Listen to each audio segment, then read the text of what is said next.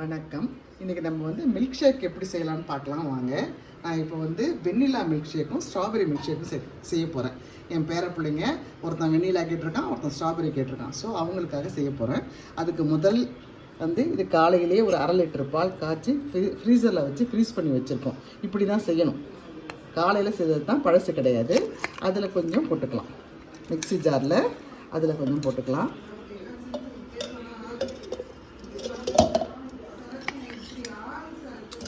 வெறும் பால் தாங்க, காய்ச்சி ஆறுனது தான். அதில் சுகரெல்லாம் ஒன்றும் சேர்க்கலை. வெறும் பாலை கொஞ்சம் சுண்டை காய்ச்சி ஆற வச்சு ஃப்ரீஸ் பண்ணி வச்சுருக்கோம். அதை 2 கட்டி சேர்த்துக்கிட்டோம். அமுல் ஐஸ்கிரீமுங்க, இதுதான் இங்கே கிடச்சிது. வெண்ணிலா, வெறும் வெண்ணிலா ஐஸ்கிரீமுக்காக, வெண்ணிலா மில்க் ஷேக்காக இதை போட்டிருக்கிறோம். அது வந்து ஒரு 2 ஸ்கூப் போட்டுக்கலாம். 2 scoop ice cream, 2 scoop Amul ice cream போட்டுக்கிறோம்.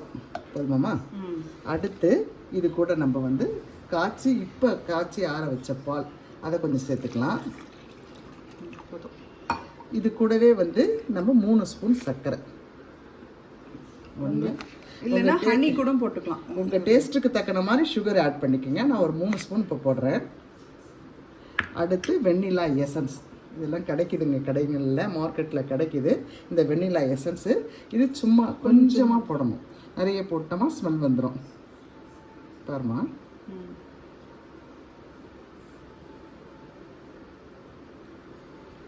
போதும், அவ்வளோதான். ஒரு 2 சொட்டு தான். இதுக்கு மேலே போட்டால் வாசனை நமக்கு பிடிக்காத போயிடும். அவ்வளோதான். இதை போட்டுட்டு இப்போ இதை மிக்ஸி ஜாரில் அடிச்சுட்டு நான் உங்களுக்கு கிளாஸில் ஊற்றி காமிக்கிறேன். மிக்சியில் ஒரு 2 அடி அடித்தாச்சுங்க. சூப்பராக இருக்கும். ரொம்ப ஓட விட வேணாம், சும்மா ஒரு 2 சுற்று சுற்றுச்சுன்னா சூப்பராக வந்துடுங்க. ஜம்முன்னு இருக்குது பார்த்தீங்களா? இதெல்லாம் வந்து நம்ம கடையில் வாங்கி சாப்பிட்றது ஆரோக்கியமாக வீட்டில் செய்து கொடுத்தா பிள்ளைங்க ரொம்ப விரும்பி சாப்பிடுவாங்க. இதுக்கு மேலே வந்து நம்ம கொஞ்சம் ஐஸ்கிரீம், அவ்வளோதான், முடிஞ்சுது. இது வந்து வெண்ணிலா மில்க் ஷேக் ரெடி. அடுத்து இது அப்படியே இருக்கட்டும். இப்போ அடுத்து ஸ்ட்ராபெரி மில்க் ஷேக் பண்ணலாம். அதுக்கு வந்து ஸ்ட்ராபெரி பழம், இது எப்பயுமே நாங்கள் ஸ்ட்ராபெரி பழம் வாங்கினோமா சுத்தமாக அதை அலம்பிட்டு ஃப்ரீசரில் போட்டு வச்சுருவோம். போட்டு கழுவி எடுத்து ஃப்ரீசரில் வச்சுக்கணுங்க. இது ஒரு 5 பழம் எடுத்திருக்கேன். இந்த வந்து இது பேர் என்னம்மா, ஸ்ட்ராபெரி க்ரஷ். இது வந்து எல்லா ஃப்ளேவர்லேயும் கிடைக்குதுங்க கடையில். இதை கொஞ்சம் போட்டோமா நல்லாயிருக்கும். இப்போ வந்து நம்ம வந்து ஸ்ட்ராபெரியில் வந்து ஒரு மில்க் ஷேக் பண்ணலாம். இப்போ இந்த பழங்களை வந்து நம்ம கொஞ்சம் கட் பண்ணி போட்டுக்கலாம். அப்போ தான் கொஞ்சம் ஈஸியாக மசிஞ்சு கொடுக்கும் அது. அதனால் கொஞ்சம் சின்னதாக கட் பண்ணிக்கலாம்.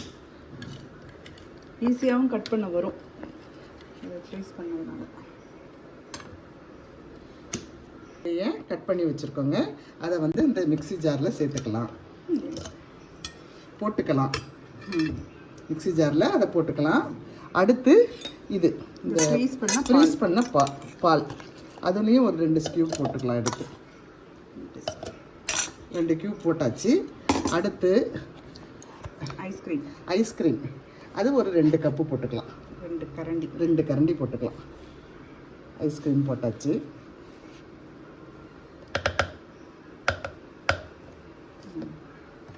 அடுத்து தேவையான பால், 1/2 டம்ளர் பால் சேர்த்துக்கலாம். பால் சேர்த்துட்டு அது கூடவே நம்ம சர்க்கரை ஒரு 3 ஸ்பூன் சேர்த்துக்கலாம்.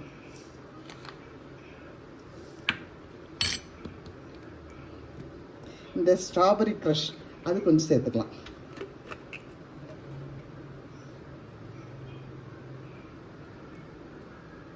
போதுமா? கொஞ்சம்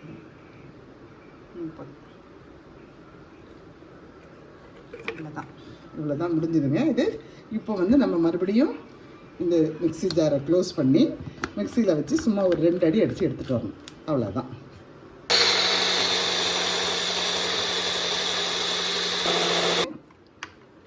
இப்போ இதை திறந்துக்கலாம்.